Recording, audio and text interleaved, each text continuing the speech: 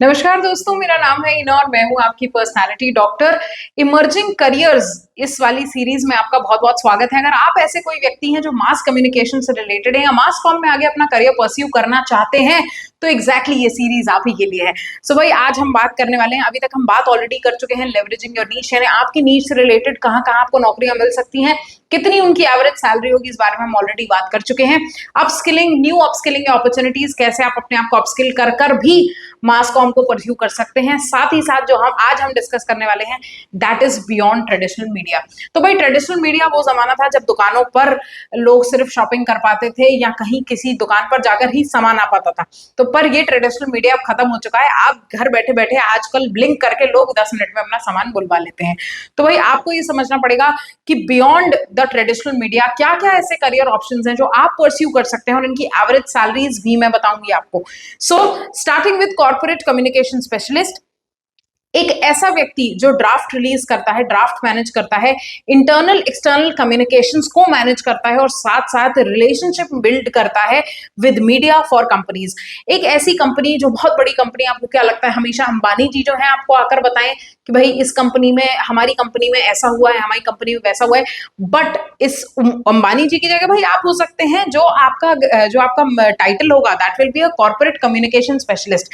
यानी आप उस बोर्ड मीटिंग में बैठे होंगे और आपको ये कंक्लूजन निकालना है कि अच्छा इस बोर्ड मीटिंग का ये कंक्लूजन निकला है, और जब मीडिया के सामने आएंगे तब आपको बोलना पड़ेगा कि भाई हमारी कंपनी का ये कंक्लूजन निकला है, इस बार हमने ये सोचा है कि हम 10% जो है हमारे सारे जो स्टेक होल्डर्स हैं उनको प्रोवाइड करेंगे।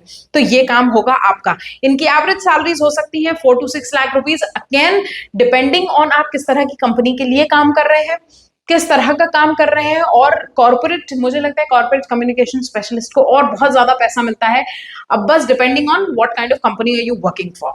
Next is speech writer. Speech writer कौन होता है? Craft speeches and presentation for executives, politicians and public figures. ये पर्सनली कुछ साल मैंने भी किया है, दो हमारा काम जो था वो गवर्नमेंट रिलेटेड था, बट मैं आपको बता दूं बड़ा ही मजा आता है इस चीज को करने में कि आपको स्पीचेस प्रिपेयर करनी पड़ती हैं। आपके जो भी एरिया के मिनिस्टर्स होते हैं, जो भी आपसे रिलेटेड लोग होते हैं या एग्जीक्यूटिव्स होते हैं, आपको क्या लगता है कि इन लोगों को इतना समय मिलता होगा कि जब ये बात करते हैं तो ये लोग सारी चीज खुद करते हैं? तो आप अगर आपको लगता है कि आपके बहुत अच्छे इनोवेटिव आइडियाज हैं, जब आप स्पीच देते हैं, जो आपको लगता है कि आप बहुत अच्छा कंटेंट लिख सकते हैं, तो स्पीच राइटर की उन लोगों को जरूरत होती है। Again depending on the client and on the project कि किस तरह का क्लाइंट है और किस तरह का प्रोजेक्ट है। ओके, नेक्स्ट जो हम बात करने वाले हैं that is a content creator for social change. Social change के बारे में जो बात करें, ये जो ऐसे लोग होते हैं वो यूजुअली स्टोरी टेलिंग के माध्यम से अपनी बात बताने की कोशिश करते हैं। So they use story telling to raise awareness and advocate for social issues. Social issues पे बात करने वाले, जैसे कभी ना कभी किसी ने सती प्रथा पे बात कर सती प्रथा को रोका था, उसको अगर उस व्यक्ति का कोई टाइटल होता तो हम उसको कहते content creator for social change, जो भाई सस्टेनेबिलिटी के बारे में बात करते हैं, not really sustainability but on the social issues, raising awareness according to the social issues जो क्या हो रहे हैं मार्केट में। ओके, अगेन इनकी सैलरी जो होती है डिपेंड करती है कि किस तरह के ऑर्गेनाइजेशन पे ये लोग काम कर रहे हैं, किस तरह की फंडिंग उस ऑर्गेनाइजेशन को मिल रही है। कुछ ऑर्गेनाइजेशंस को बहुत ही अच्छी फंडिंग मिलती है इस चीज को आगे बढ़ाने के लिए, और कुछ जो कंपनीज होती है उनको कम फंडिंग मिलती है इस चीज को बढ़ाने के लिए। बट डरिए मत, छोटे से ही इंसान व्यक्ति जो है वो बड़ा होता है, तो आप छोटी कंपनी से भी शुरू करें तो आप आगे तक एक बहुत बड़ी कंपनी में पहुंच जाएंगे। नेक्स्ट जो हम बात करने वाले हैं that is educational content developer. Educational content developer यानी create engaging and informative information content for online courses, educational programmes and training programmes. जैसे मैं जो है वो अलग अलग जगहों पर ट्रेनिंग प्रोग्राम्स कंडक्ट कराती हूँ, पर मैं हमेशा अपना प्रोग्राम जो है वो खुद कभी कभी नहीं बना पाती हूँ। कभी कभी मैं करिकुलम्स खुद बनाती हूँ, पर मैं कभी कभी लोगों को भी मौका देती हूँ कि भाई वो आए, मुझसे कुछ अमाउंट वो लें और करिकुलम डेवलपमेंट मेरे लिए करके दें।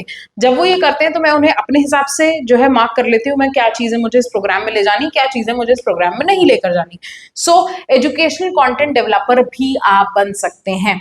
The next is marketing communication specialist. एक ऐसा व्यक्ति who can combine writing and communication skills, दोनों ही अगर इसकी अच्छी हैं तो वो मार्केटिंग कम्युनिकेशन स्पेशलिस्ट हो सकता है with great marketing strategies to promote a particular product service. जैसे आजकल मैं आपको बता दूं प्रोडक्ट ट्रेनर्स भी बहुत आते हैं। तो प्रोडक्ट ट्रेनर्स क्या होते हैं? किसी भी प्रोडक्ट को प्रमोट करना, किसी भी एक पर्टिकुलर प्रोडक्ट को लेना और उसको बेचना, तो आपको उसके लिए कम्युनिकेशन तो अच्छी चाहिए, कभी कभी रिटन कंटेंट भी इस मामले में अच्छा चाहिए होता है। सो ऐसा व्यक्ति जो मार्केटिंग कर सकता हो रिटन या फिर वर्बल, इसको हम कहेंगे, और किसी भी प्रोडक्ट को प्रमोट करे अगर वो व्यक्ति, तो हम कहेंगे मार्केटिंग कम्युनिकेशन स्पेशलिस्ट। इसकी एवरेज सैलरी हो सकती है 4 लाख रुपए से 6 लाख रुपए।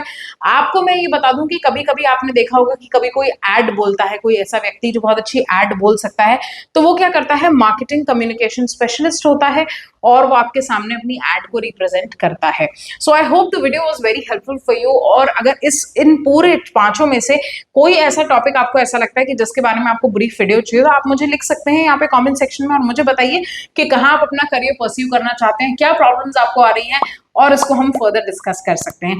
Thank you so much guys, signing off now, your own personality doctor.